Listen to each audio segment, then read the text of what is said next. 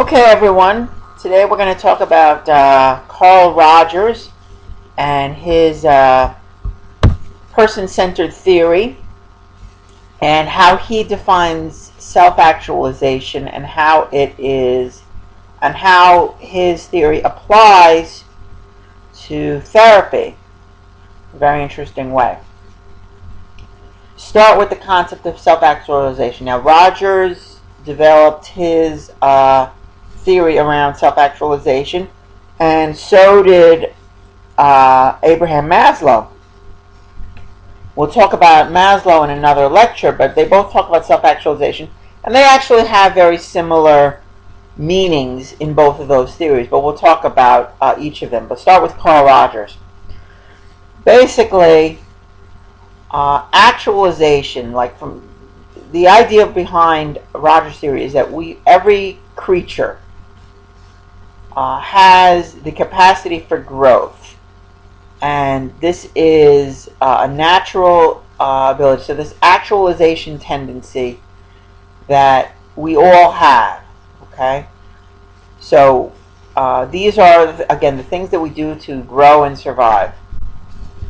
Self-actualization is where we grow and maintain our self, our sense of who we are.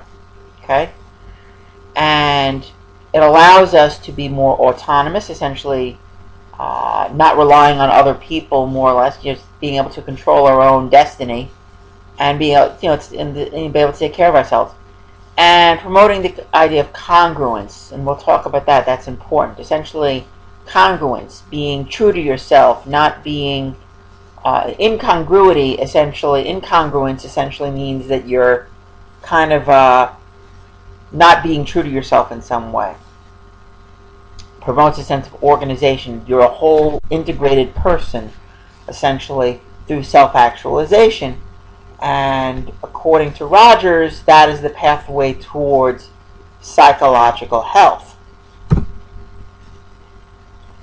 So there is a process that we all have called an organismic value process. And this process essentially is constantly evaluating ourselves as to whether we are doing things that are moving us towards self-actualization. In other words, the idea is that the path towards self-actualization is our own natural path. Anytime that we are veering off of that path, we are getting a sense, something telling ourselves telling us something, that something isn't right. Okay? So if we are going off of our path towards our own actualization process, if we're going off of that path, we're going to say, something's not right about what I'm doing. I'm doing something wrong here. But if you are on that path, then you are a fully functional person. You are moving toward your own path, toward your own self-actualization.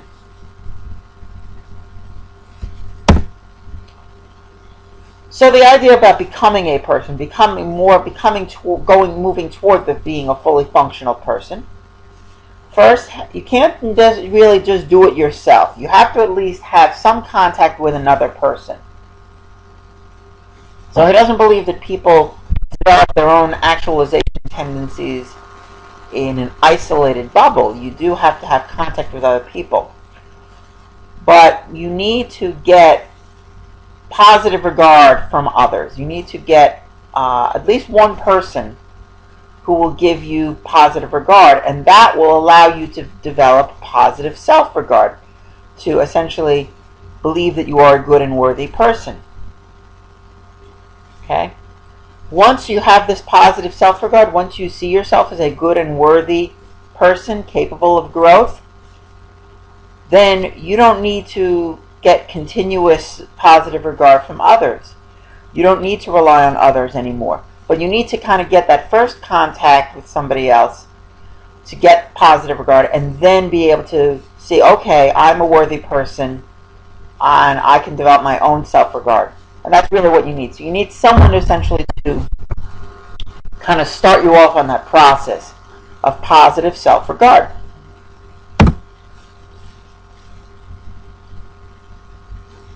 Okay, so the need for positive regard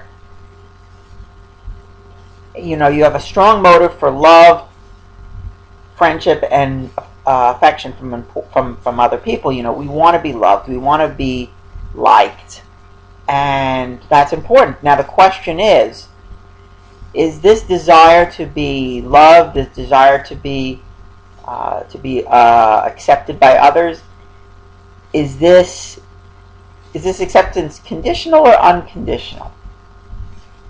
And unconditional positive regard means that a person who gives you unconditional positive regard accepts you, sees you as a worthy person without any conditions, without any, contingencies, like saying well, I think you're a worthy person, but only if you do this, or only if you are, following the religion that I follow, or only if you, like the same things that I like, or only if you are going into a career that I think is worthy of you. That would be conditional positive regard, where it's only given, where your acceptance is only given under certain conditions. And these conditions are called conditions of worth, where you have to fulfill these conditions of worth. You have to essentially, somebody else who has set these conditions of worth for you, where they will say, I think you're a worthy person as long as, let's say, you have the same religion I do. Okay? Therefore, if you decide, that religion is not right for me, I think I would like to choose another faith, well, then that person will no longer consider you worthy. So their positive regard for you is conditional, not unconditional. And for someone who gives you unconditional positive regard, it wouldn't matter what religion you choose. Conditional self-regard, now this can follow through where it's not just somebody else that is giving you conditions of worth. You could be giving it to yourself. Okay? And that's a problem. If you are giving yourself conditions of worth, then you are, you're kind of making things hard on yourself. And, if you fail to live up to those conditions of worth that you set for yourself, then boy, you would feel pretty rotten. You'd feel like an unworthy person. You'd feel guilt. You'd feel shame. And that's not particularly healthy. So, what would happen now if someone's conditions of worth that are set for you by someone else or set for you by yourself conflicts with your natural tendency towards self-actualization? Let's say every fiber in your being is telling you that you want to be a musician. You love music. That is the life you want to lead, and it's something that you feel is a natural part of who you are. That would indicate that your desire to be a musician is part of your natural self-actualization. This is something that you naturally are moving yourself toward, and this is something that is not, this is something that may be in conflict with what other people might prefer that you do. So if mom and dad really, really want you to be a doctor, then your desire to be a musician would be in conflict with their desire for you. Now the question is, if they are using this desire for you to be a doctor as a condition of worth for you, so in other words, if they only see you as a worthy person if you are moving towards becoming a doctor, then if you decide to not take that path, then you are certainly going to be upsetting mom and dad. But if you do take that path, if you have this desire to be a musician, but instead you follow the path that your body essentially is telling you is the wrong path, then remember, going back to that organismic valuing process, you're going to have that nagging sense that something isn't right. You're going to be following a path that's wrong for you. You're not moving towards self-actualization. You're moving away from self-actualization. And essentially, you're going to feel anxiety. You're not going to feel right. And it's not going to be the right thing for you to do. And unfortunately, sometimes it's hard to tell whether you are following conditions of worth or whether you're following your own path. But one of the things that you need to remember is that your conditions of worth is a precondition for acceptance. So in other words, you're only accepted if you follow this path. So in other words, mom and dad would only accept you if you were moving toward becoming a doctor. You're so smart, you're so good at math and science.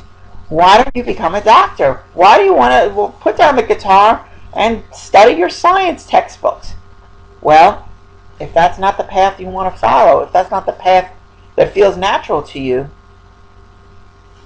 then moving toward the doctor is actually not the right thing for you to be doing. You should be following your own path. And again, you're trying to fulfill someone else's conditions of worth. It is, it's pretty stressful for yourself. Again, it's coercive.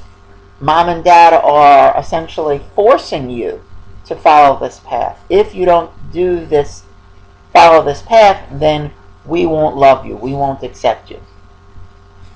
Okay?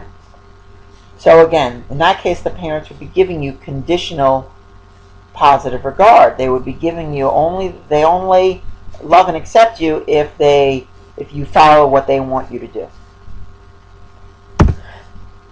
Contingent self-worth is the same idea as conditional self-regard. Again, this is where you're placing conditions of worth on yourself. On the one hand, it can motivate you. If you certainly only see yourself as a worthy person if you are academically successful, well, you'll certainly work harder. You'll certainly study. You'll certainly do what you need to do to get your good grades. And you might be an excellent student. Of course, if you have setbacks, you might not take it so well. Instead of saying, oh, well, what do I need to do? What do I need to do to improve my success in this course? Now you look at a failure as, I'm an unworthy person. I'm a failure. And that's, of course, not something you want to have.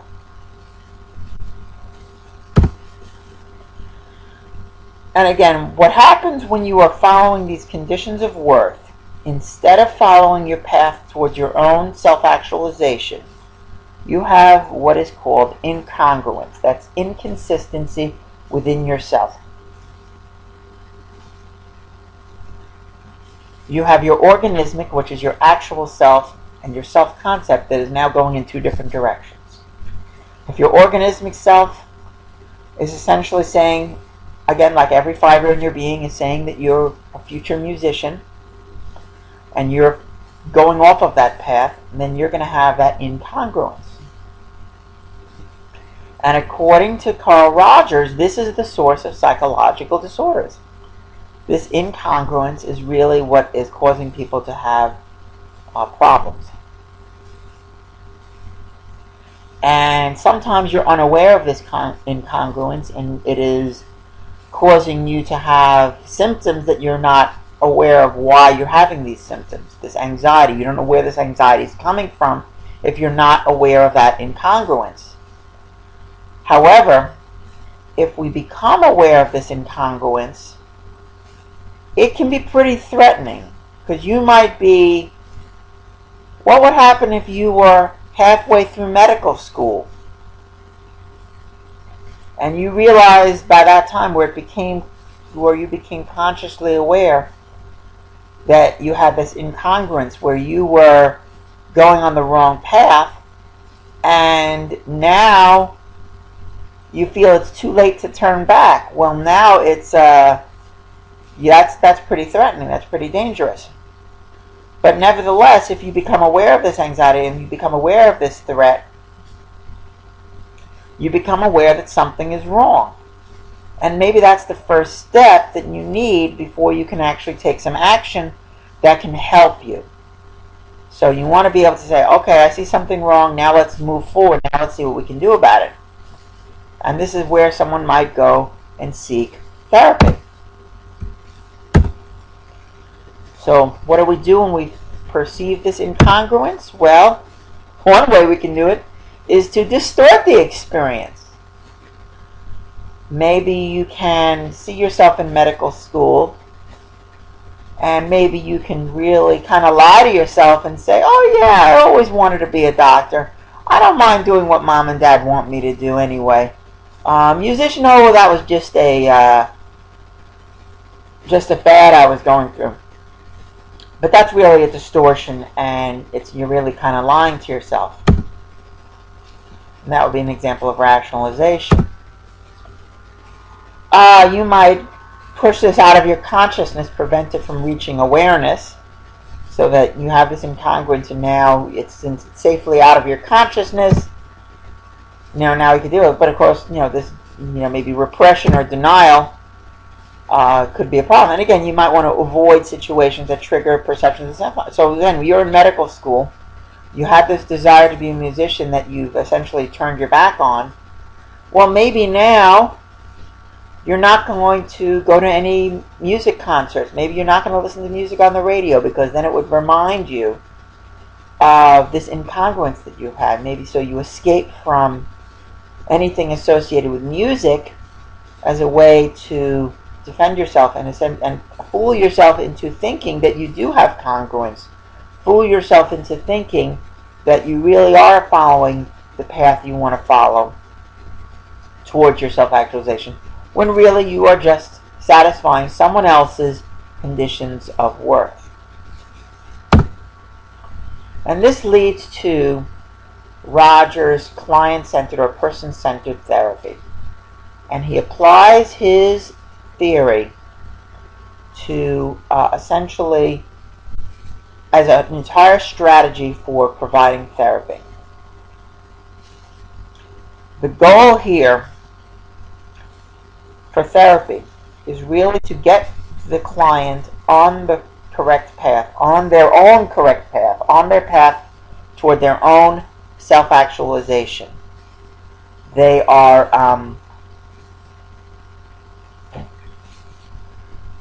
people are going to give you conditions of worth, and you're going to either, you want to follow your own path, not be, just trying to satisfy someone else's conditions of worth. So, if you want to be... Okay.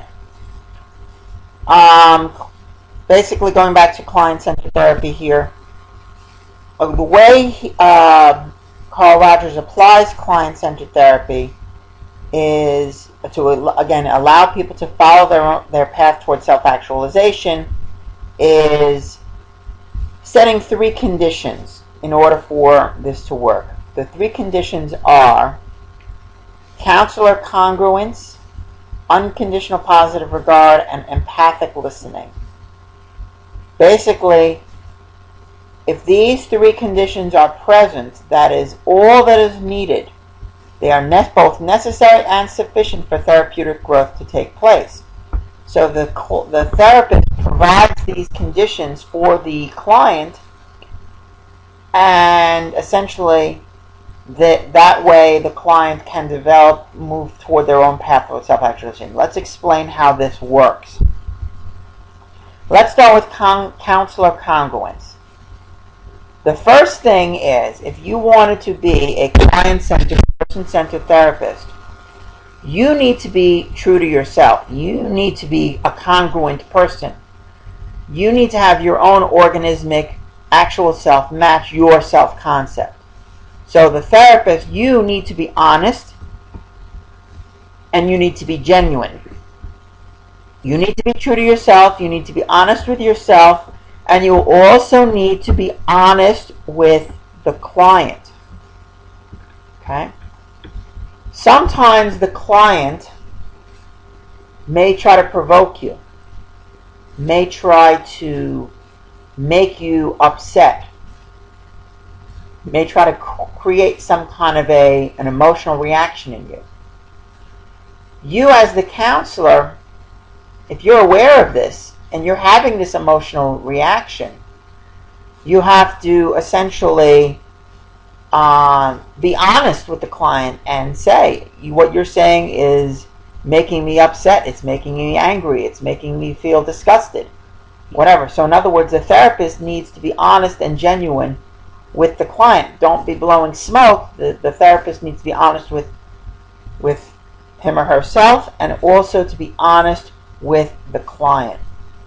So the honesty, that's that aspect of congruence, being true to yourself. And then the next condition is providing unconditional positive regard. So in this case, the therapist is actually giving the client unconditional positive regard. Now, let's combine these two areas here, the congruence and the unconditional positive regard. If the client is saying something that is making the therapist feel angry at the client, but nevertheless the therapist ensures that he holds the client with unconditional positive regard, then that essentially offsets, so in other words, you can be honest and genuine with someone who in other words, if you have someone who gives you unconditional positive regard in your own life, let's say your mother gives you unconditional positive regard, is your mother sometimes going to be angry with you? Yes. Is your mother sometimes going to be disgusted with your behavior? Yes. But is your mother going to love you and accept you no matter what? Yes. And the same thing goes in the therapist-client relationship. The therapist is going to be honest with the client, even if the client necessarily doesn't want to hear it. But the therapist is going to be giving the client unconditional positive regard. Ensure the client that you are a person of worth, no matter what. You may have done bad things, you may say and do bad things, but nevertheless, you as a person are a worthy person, and it's not about, any conditions involved in that. So that's the second aspect of the the therapeutic environment. The third aspect is empathic listening, empathy. Empathy is not the same thing as sympathy. Empathy is where the therapist can accurately perceive the client's emotions, okay, and essentially be able to tell the client, tell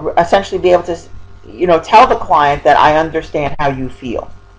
Not just say it, but actually really understand how the client feels. Okay, the therapist needs to see things from the client's perspective. The therapist needs to essentially communicate to the client, I understand how you feel. Now, it's possible that the client's feelings are perhaps unjustified or exaggerated, but they are nevertheless the client's feelings, and the therapist needs to be able to let the client know, I understand how you feel. There are actually a number of different ways in which the therapist can show empathic listening. One way seems very simple. If the client talks about their emotions, they might say something, boy, I was really angry at my boss. I wanted to choke the life out of him. He made me so humiliated. So the therapist would say, so you felt humiliated and angry at your boss. Okay, the therapist more or less just paraphrased what the client said. And the client would say, oh yeah, I felt angry and humiliated. Yeah, that's how I felt. What it does is it validates the client's feelings, that the therapist, the client now knows, therapist understands how I feel. That's what the empathic listening does. And the empathic listening, you could just be paraphrasing what the client says. You can even just be repeating word for word what the client says. And that can serve that purpose. You also need to be observing the client and seeing if the client is,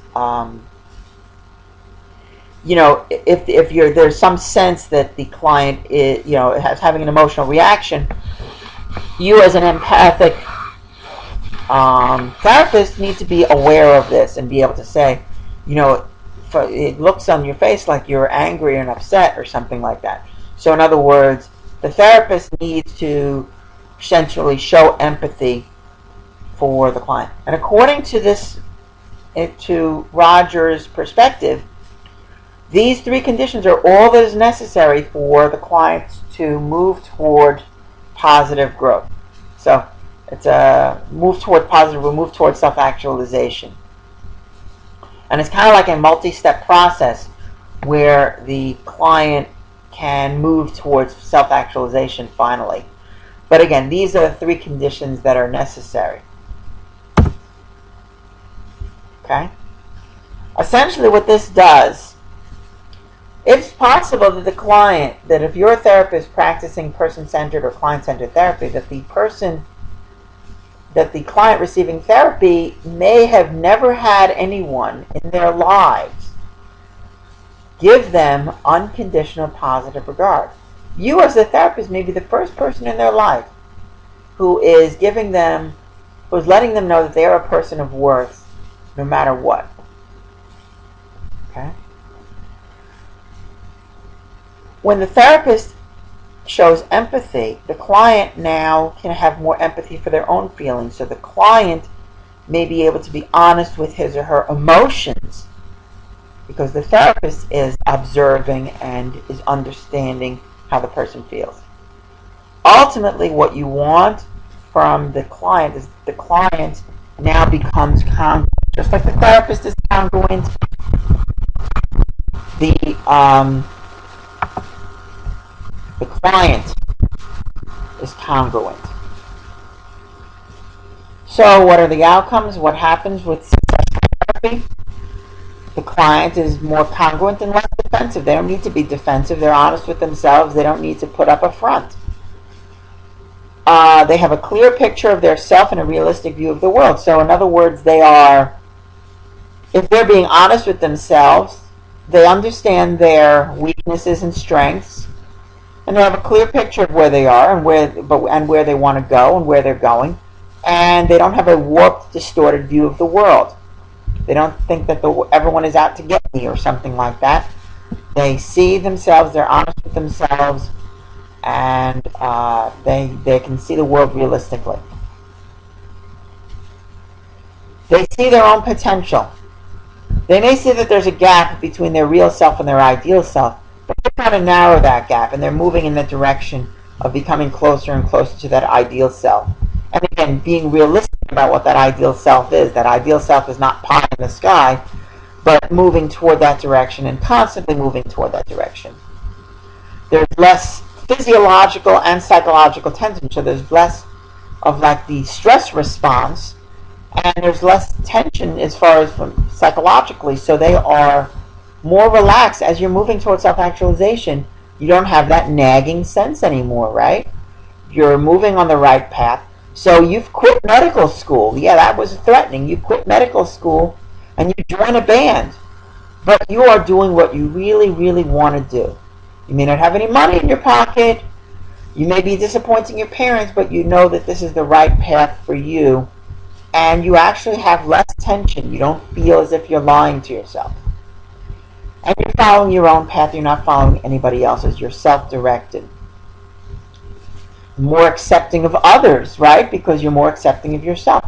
Interestingly enough, if you were to imagine how a client-centered therapy session might work, you might have seen something like this in the movies or on TV, right? You have, according to this perspective, the client really knows that they're on the wrong path. They have this nagging sense. They know that they're not following the path that they really want to follow. They're someone else's conditions of worth. What the therapist needs to do is essentially let them discover this themselves. The therapist is not telling the client, you should be following this path, not that one. The therapist needs to essentially let the client realize their own path and accept it. So the client might say, "Doctor, what do you think I should do with my life?" And what do you think the therapist would say? The therapist would say, well, what do you think you should do with your life? Again, putting it back on the client. The client needs to be self-directed, is not being followed anyone else's path but their own. And that gives the client responsibility. Your responsibility for your own improvement lies with yourself, not with anybody else telling you what to do. Not a therapist, not your parents, no one. You have the responsibility for your own improvement. Okay? These other conditions of worth provide distractions, and you need to essentially dismiss those distractions and move towards your own self-actualization, move towards your own integration, becoming congruent. When the therapist demonstrates unconditional positive regard and empathy, the client essentially develops their positive self-regard, because now someone is giving them unconditional positive regard. So now they develop unconditional self-regard, which is good. And they also, again, since the therapist is demonstrating empathy, the therapist and the client have a good, warm relationship where the therapist understands how the client feels. Right? The therapist is not judging. The therapist is not telling you, know what I think? I think you should do this. No, no, no. The therapist is rather just trying to clarify the client's feelings through that empathic listening, restating the content, essentially just trying to understand how the client feels. That is what the empathy is all about.